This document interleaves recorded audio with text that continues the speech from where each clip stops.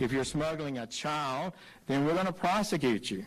And that child will be separated from you probably as required by law. If you don't want your child to be separated, then don't bring them across the border illegally. So that was Attorney General Jeff Sessions last month announcing a new Trump administration policy to refer every person caught crossing the border illegally for federal prosecution. And as a result of that action, Senator Jeff Merkley, a Democrat from Oregon, decided to go to the Texas detention center over the weekend that's holding some of these illegal minors and try to prove just how bad the situation really is. And of course, he took long cameras to document his experience, despite the fact that he had been told in advance that he would not be admitted to that facility. Here's what happened.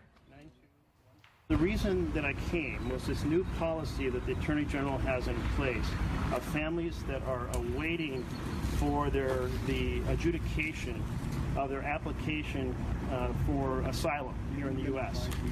And the children are being separated. I think it's important for you all to be aware that there's been in the press all over the country that the children who were previously kept with their families under a new policy just implemented by the Attorney General are being separated from their families and warehoused here. Well, we're here. Supervisor's here. If he wants to see his property, he can ask, but he hasn't asked yet. Okay, do you guys mind? Okay, I don't mind at all. So that's what happened. It went viral, as I said. It's all over the internet. Here now, Ben Shapiro, editor-in-chief of DailyWire.com. Ben, good to see you, as always. Thanks for being on the show tonight. Your reaction, you said this is a ridiculous stunt. What do you mean?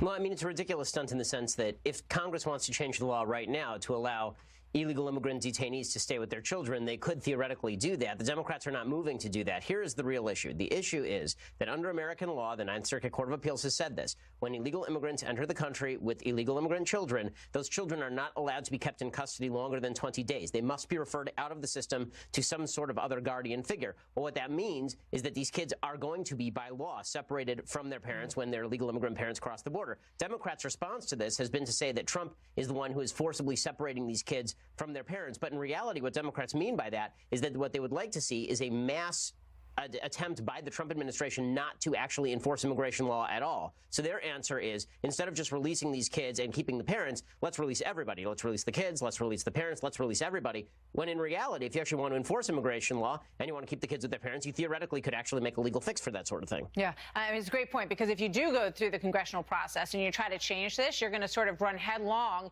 into the entire issue of immigration reform in this country and say, well, why are we doing this, right? How is this working? Why are we separating these children? Well, we're separating the children because they're coming across. In some cases, they don't know whether or not the children are actually the children of the parents or whether or not they're being trafficked into the country. There are a lot of concerns about these families. In many cases, they just don't know, and they don't have paperwork, and in some cases, they can't communicate that properly. So in some situations, these kids are in danger, and it's the worst possible thing to see them, you know, in these holding centers. But, you know, they, in some ways, I mean, do you believe it's true that they brought it on themselves? Well, I mean, I don't think that the kids brought it on themselves, obviously, no, I mean, but I think that when the parents come across the border knowing what the status of the law is, yeah. I mean, if the status of the law is what the status of the law is, then I'm not sure why that changes based on the President of the United States and his administration enforcing the law. Again, I would like to see these kids stay with the parents, but the easiest way to do that is to change the law to allow the kids to stay with the parents, or for the parents not to come illegally in the first place. Democrats like Merkley are insisting the best way to fix the law is to just not enforce it at all. Just anyone who comes across the border with a kid, we let go straight into society. This is why Merkley's in favor of sanctuary cities. This is why he's been in favor of catch and release policies that allow illegal immigrant parents to just be released and then they never show up for the court date. If you're going to enforce immigration law, under the Ninth Circuit Court of Appeals ruling, you must take the kids away from the parents. That's not the fault of a bunch of conservatives. That's the fault of a bunch of people on the left who sit on the Ninth Circuit Court of Appeals and are beloved by Democrats the world over. Yeah, we've been talking about, you know, a number of the legal issues that came up over the weekend with the president, with the, you know, ability to pardon yourself, all of that, whether it's unconstitutional, the Mueller investigation overall. And, you know, sort of lost in that little shuffle was one tweet from the president saying, oh, it's day 500 of my presidency. You know, and that really could have been, you know, sort of the marquee moment of the day. But, you know, because of all these other tweets, we're not necessarily talking about it. But I'm curious what you think on day 500. You know, how do you think he's doing?